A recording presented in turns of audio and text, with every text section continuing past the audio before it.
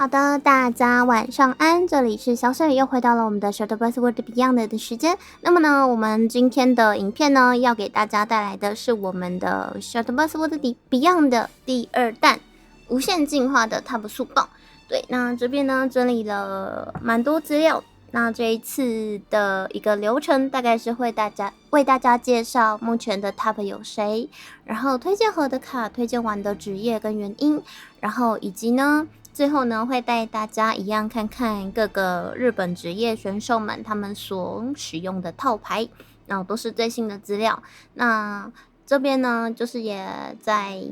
我们制作影片之前有做了蛮多的作业，对，就是有特别去观摩一下到底这些职业选手们为什么会带这些呢，又怎么使用。等一下也都会跟大家就是告诉大家该怎么去使用。对，那么呢，开始之前别忘了按赞、订阅、开启小铃铛哦。那首先是我们的 T0.5 的套牌，那目前最强的还是增幅巫魂土。那土印巫师呢，在前期有了那个图片的帮助之后，应该说增幅巫师在前期有了图片的帮助之后，其实可以帮他更顺利的拖到后期的泥巴战。对，那巫师还是跟以前一样，就是安安怨怨撒旦斩杀。对，那现在多了拉拉安瑟姆，那拉拉安瑟姆有时候会在后期拿来做一个结场，然后去把对手的超进化给骗掉之后呢，基本上已经可以说是完全没有任何的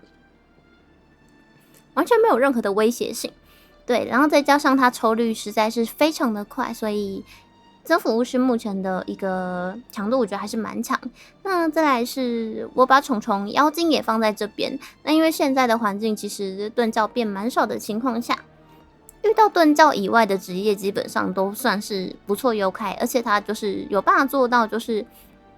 8turn有turn OTK 的一个动作，因此我们前期就算只要偷1-2滴血，那虫虫妖精就可以有我们非常不错的表现。但这是一套非常困难的牌组，对，那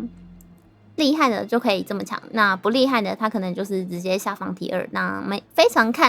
常看就是打牌人的操作。那再来是 T1 我目前放给了这4个职业，分别是中速黄、人偶筹，然后中速夜魔跟增幅巫师。那因为有奥丁的加入，这几个职业其实都有非常不错的一个斩杀，就是斩杀现有得到了大幅度的提升。那除此之外，中速黄目前会在T1是因为加入了刷节，让5-6 turn 的节奏更加舒服。那人偶筹的话，一样是混奥丁。那有加维的加入呢，可以让人偶筹可以更省一点进化点。中速夜魔的部分是因为5T 加入了那个凯伦，那凯伦的话可以去王兆去拉一些盾来去扛快，然后以便拖入后期的泥巴战。中速夜魔还是泥巴战非常强的一套牌。那这服务的部分呢，它的唯一短板还是在前期呢，前期没有混土的情况下，其实头有机会被一些快攻牌打到裂开。那这是因为快攻夜魔特别多，所以这服务是目前蛮多真的都改成混土了，所以目前就是把它放在 T1 的位置。那再来是 T1.5 这边给到了节奏妖精、土印巫、剑圣皇跟造物筹。那节奏妖精的话，基本上就是会准时去下4费的新西亚，然后前期就开始铺妖精，基本上就是当皇家打的一套牌。那前期拿妖精，后期拿重斩，基本上你只要偷的够多，甚至节奏妖精会放奥丁，对，就是一个奥丁救了所有职业的一个环境。那再来是纯土印巫的缺点还是在于说它的爆发可能不太够。那你有时候拉安瑟姆下去的时候，我们其实已经把土印巫给打残了。对，但是土印巫因为有诺曼的加入，所以就是他拖到泥巴战的机会还是挺高的。对，那这套牌还是蛮吃进化点，所以一样就是想如何打赢土印巫，还是如何想办法去逼他的进化点，会是一个获胜的关键。那再来是剑圣皇我把它放在 T1.5 的位置，最主要原因是因为中速皇还是剑圣皇优开太多。那再来是剑圣皇呢，如果你的就是手牌上手的不是很漂亮，那也会造成说我们的胜率比较没那么好。再是造物筹，那造物筹我个人放在 T1.5 的原因呢，最主要是这一次造物筹的难度真的难上非常多。那如果造物筹很会玩的人，我认为他一样是有 T0.5 的强度。对，那这版造物筹因为蛮多人都把那个奥基斯给拔掉了，那有时候呢，在没有那么顺风的场的情况下，其实前期是有机会被中速皇打爆的。对，那但是能回血的状况，其实让再加上那个贾斯帕的加入，让造物筹其实有不错的提升。那外加目前造物筹其实也会把加尔拉放进去，但加尔拉他毕竟也不是一个收头的手段，你只能赌对方解不掉你。那解不掉你的话，那就是有还行的胜率。但这是这版造物筹稍微下放的原因。那再是 T2，这一版我目前没有放 T3，是因为以前的 T3 牌目前都因为强化而来到了 T2 的位置。那这边 T2 给到了及时龙跟挑费龙，那这两套牌还是老问题，就是看你的上手顺序到底正不正常。对，就是你有正常跳费，有没有正常来那些海洋生物？那会造成我们的凤凰跳飞龙到底有没有办法顺利的拿到这个胜利的关键。那机器龙也是一样，就是看你的手上有没有办法同时边解场又边打头。那如果你都不解的话，那基本上还是被那些 T1 牌打爆。那再来是快攻夜魔，快攻夜魔虽然放 T2，但是是目前版本分爬最快的一套牌。那快攻夜魔基本上就是一直走头。有非常多可以走头，加上我们木叶女将的加入，其实让快攻夜魔这一块甚至可以大概约5 turn 左右就把人给斩了。对，那目前在爬榜1的人也是用快攻夜魔疯狂的爬。再是守护教，那守护教本来它是连上榜都没有上的，那因为这一次我们的埃特尔跟维尔伯特的加入，让他有一战之地，但是缺点就是在现在各个职业都在奥丁的情况下，其实让守护教如果6 turn 的节奏非常的不好，那他就很难再撑到后期。但是如果呢，你遇到够会解的职业，像是不管是皇家护卫啊，还是中速夜魔啊，那守护教其实在埃特尔妈妈那几波拉完，如果都被解掉了，那其实是非常不舒服的一个状态，就等于说你把牌打干了你还没东西可以解，那你只能默默的被打头这样子。那这算是一个守护教目前比较尴尬的地方。那再来一样还是列了一个环境外，我们这一次还是可以用控制教，但控制教基本上就真的不是来赢的，因为你今天放了我们的赤天使勒比斯，还是会被奥丁消失，也这是一个尴尬的点。那你即使说今天没有被消失，你还是得防消失，你可能就会把奖杯招在自己的赤天使身上。对，那控制教能不能赢，还是要看说对面的一个顺度。跟你自己手上到底有没有那一些该有的解场卡，就五费水神啊，然后控制教其实现在还是会混维尔伯特跟贞德，只是我们可能就不放那个埃特尔妈妈。那除了在这是放一些就是鸟类去想办法去疾驰走头。那目前控制量胜率其实也是有个5成左右，只是缺点就是基本上每一把都在打泥巴战，那有一点点痛苦。那基本上这就是目前第2季的所有牌组的状况速报。那我这边有为大家做了一张大约是谁抓谁的这个图。那我们的第2季环境大家可以看到有出现了很多双箭头。那双箭头是什么意思呢？我这边双箭头的意思基本上是能互抓的意思，那也就是我们遇到对面大致上会有一个5-5开的状态。对，那可以看到，因为奥丁的加入，因为你有奥丁，我有奥丁，所以每个职业基本上在这版本看起来算是相对公平的。那 T1.5 跟 T2 的位置可能会有稍微比较有被互抓的状态，就 T1.5 到 T2 就会比较有剪刀石头布的状况。所以我个人呢会推荐说，你们如果这周开始环境已经稳定了，想要组牌的话，那可以 T1 以上去选择。好，那再来呢，我们来看一下我们这个版本最推荐核3的卡。那我们这版本最推荐核3的卡就是还是推荐我们的奥丁，因为最近有非常多的人呢来影片下方或是实况问说主播我没有3张奥丁，那我还需要合吗？那我个人是觉得以这版本来讲，因为它基本上所有职业都能放，包含算数学的精灵它都在放了。没错，就全部职业都能放，所以我个人呢是推荐你真的可以合三，但是补伤害加消失超进化。还是它的护符，不管你今天消的是主教的脏杯，不管你消失的是那个超进化后的从者啊，还是不管是说你今天打巫师啊，你就是为了过一个9院的盾加一个超进化伤害就过了，其实奥丁都非常的好用。而且它的优点是，目前任何快攻跟中速牌全部都可以用，不是说只能放快攻，还是只能放中速，是都能用，所以泛用性非常的强。那再来呢，它会把一些谢幕只会回来的从者，包含景光爷爷啊，包含天使，全都消失掉，那导致说就是这些套牌的使用率在目前天梯上非常的少。对，那在各个职业来讲，也是一个补打点的非常不错的一张卡片，所以个人呢会建议说，目前呢这个版本，如果你没有抽到3张奥丁，真的都可以考虑合3张奥丁，尤其是有玩复数职业的人。那再来呢是推荐新手入坑的牌，那我这边还是推荐我们的中速皇家。首先它操作上手的程度，相较于像是造物巫师跟我们的精灵还是比较简单一点的。对，那当然说有些对战细节你还是得记对面可能会干嘛，跟记你自己这样教可能有什么后果，还需不需要留一点后手去选择返场这样子。那目前基本上打任何职业都能5-5开，那这是目前皇家护卫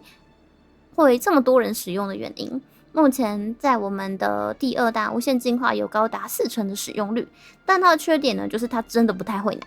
那除非你跟学主播一样，就是带触手啊，玩剑圣皇，那你可能才会奶，不然一般的中速皇其实就是保血线会是件非常重要的事情。那我们在玩中速皇的时候，前期真的就是尽可能去场优，然后边解场边打，你才有机会去拿下就是这个会战的胜利。那再来呢，推荐几套喜欢挑战的人入坑的牌组。那首先是我们的造物筹，那它难打的程度仅次于精灵。那这个版本的造物其实比上一个版本还要难非常非常多。那首先是因为伊卡洛斯的加入，让你在贴造物的时候，其实有非常高的几率让你爆牌。那你该什么时候贴，什么时候下贾斯帕什么时候下加尔拉，什么时候开那个弹跳装置，什么时候去开伽马、贝塔还是阿法，这就是非常难的部分。对，基本上都在想我这个会战要开哪一台飞机？那我现在开了这个飞机，对我会不会有什么不好的影响？对，例如说，我现在合了伽马，结果我合了伽马之后发现我智商缺，我这时候合那个贝塔还来得及吗之类的？那目前看到的连胜牌组有部分，大约有4到5成呢，他们会可能放个1-2张奥丁或者是奥蒂斯，去增加他们的就是斩杀上限，所以这个也是可以参考的部分。那下一个呢，推荐的职业一样是我们的虫虫妖精。那基本上妖精就是一个上限极高的职业，基本上我不管你有几滴，你有20滴我就要打20滴，但是也是从 Shadow Boss 1代难打到2代的职业，基本上会打妖精的人我觉得都非常厉害。那会打的人真的就是可以8题9题打你20点 OTK。那甚至呢，我这边就是有去翻了我们连胜网的一些套牌分享跟记录，有1半以上的连胜套牌基本上他们都会加入奥丁。对，所以呢这也是大家可以去参考放在构筑的其中一个选择。那再来呢是我们的征服巫魂土，那我会觉得这一套牌相对不容易的点是，就是你必须前期想办法去抓到那些可以对应各个职业的东西。例如说你遇到快攻夜魔，你可能会想要解场跟理光，遇到皇家也是。那你遇到内战的时候呢，该做些什么，就是这是它比较难一点的地方。那再来呢是因为魔力征服会有一些降费的卡片，那你今天要洗多少征服可以开飞跃，这也是其中一个比较烧脑的地方。对，那它算是一个蛮吃观念跟对对手理解的一个套牌。那基本上它的上限非常高，因为它目前有安哥古雷亚、9院、洋葱诺曼，然后再不行你还有撒旦，真的是上限很高，可以烦死对面。那再来呢，因为诺曼的加入，他现在征服巫师，他一套牌可以奶到20血，是真的是蓝色主教。对，我真的觉得他巫师可能是副业，主教才是主业。真的也是这个版本的大魔王，因为你可能你打别的职业都打20血就好，但你打征服巫师你要打赢，你可能真的就是要打他40血，所以各个职业的上限就蛮影响，这也是为什么大家又把奥丁放回来的原因，因为我们可能打20血是打不死巫师的。对，那目前这就是所有职业的现况。那再来就是带大家看一下目前有哪几套我们那个职业套牌的构筑跟他们为什么会这样放，就是来分享给大家。那首先就是我们一代有曾经达到霸主的早川良子的台，对，这是小早川的套牌。那他目前算是我觉得在玩复仇胜率非常高的一个人。这边就是分享一下他的套牌给大家。基本上就是造物该拿的，这个大家应该都还算知道。那伊卡洛斯的飞翔基本上算是贴，一样就是贴，你会可能用改进啊拉出来的造物，或者是用这个天宫拉出来的造物，你可能会贴个飞翔，让它可以拿途径跟谢幕曲抽牌。那再是贾斯帕的部分呢，它会有一个无法被能力破坏的这个能力，因此如果你有进化后破坏一个从者，它是没有办法被破坏的。这个就是也是其中一个点。然后再来是创造物弹射装置，这个有时候你在中期大概4-5 turn 啊，没什么事情做，然后你又已经有合到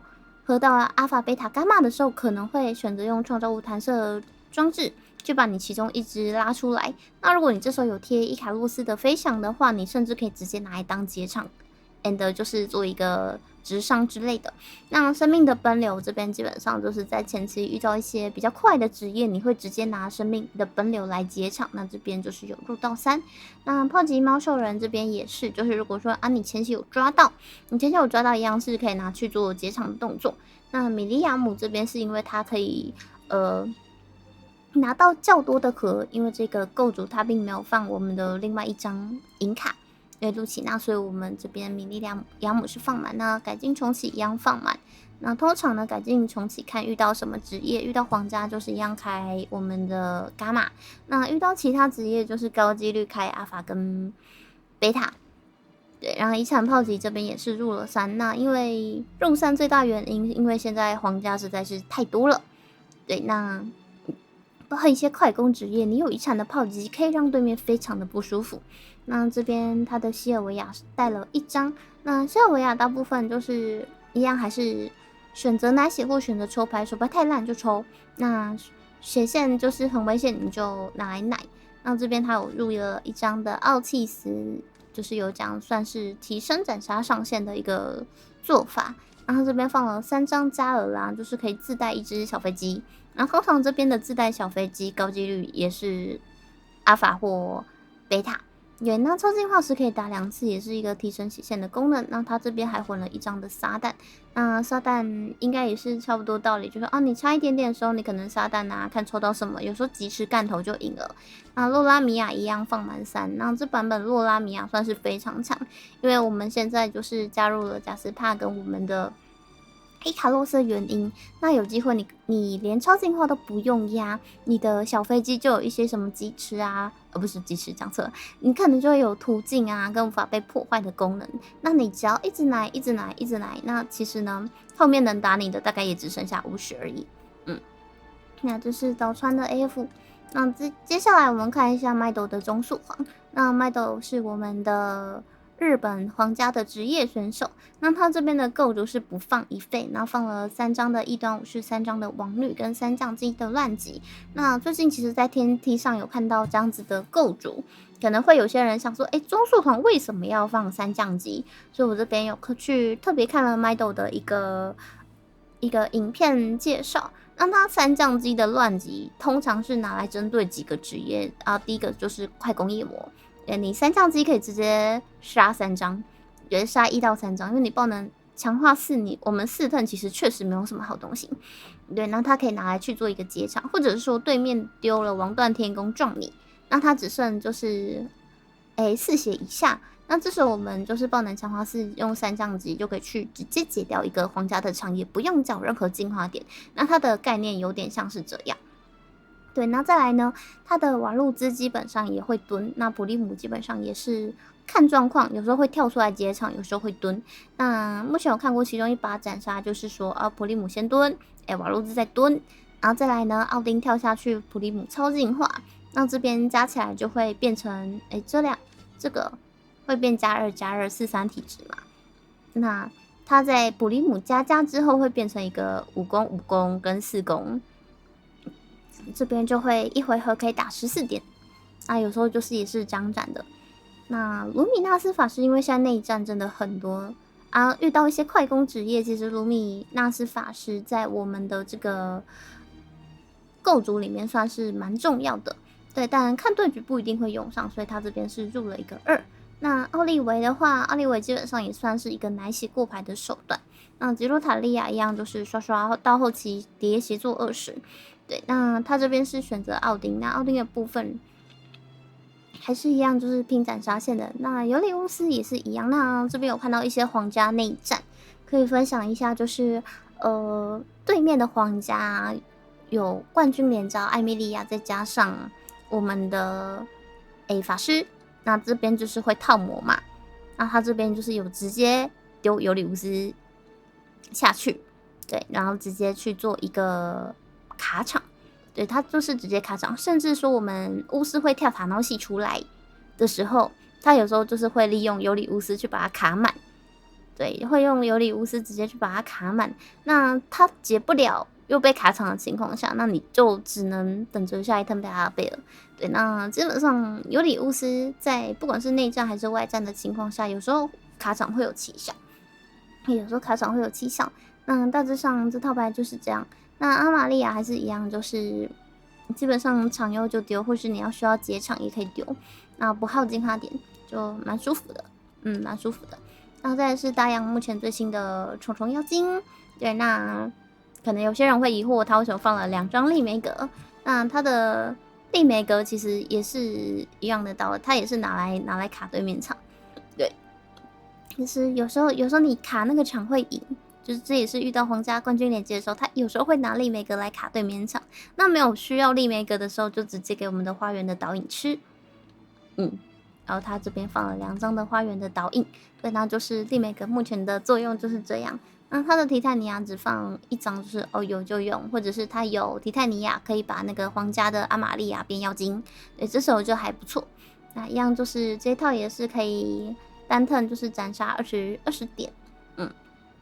剩下就是看是怎么去使用。然后他这边的宝石兽放了3张，基本上就是希望可以尽可能上手。那前期也是会当一个节奏，可能直接拍下去这样。然后宝石兽超近的话，基本上就是打算用双重去斩。对，那大概虫虫就是这样子的概念。那因为这一次呢，我们就是多了来自树上的突袭，它不管是拿来加连接还是你在就是去做一个结场，其实都是还不错的东西。那这个一样是因为现在皇家很多，所以各个职业一定都要有一些对皇家的神器。好，那接下来就是我们的帕拉奖的征服屋。那帕拉奖它的征服屋基本上也是混土的，对，那基本上呢，一样，因为现在遇到最多的是皇家对局，所以各个职业其实都会有说他们遇到皇家的状况，他们会去如何去解。那他这边呢是前期是用梅维跟就是贝尼鲁佩去做一个过牌跟一个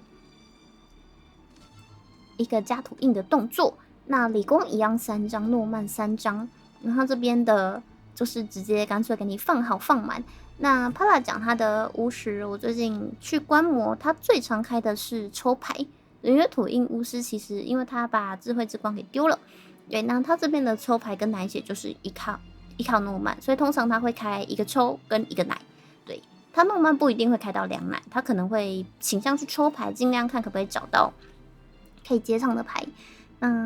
很长的时候就是他可以就是用他东西去做一个魔力征服，然后飞越次元，可能找撒旦去拼 OTK， 或者是说他有时候会有就是把拉拉安瑟姆丢下去，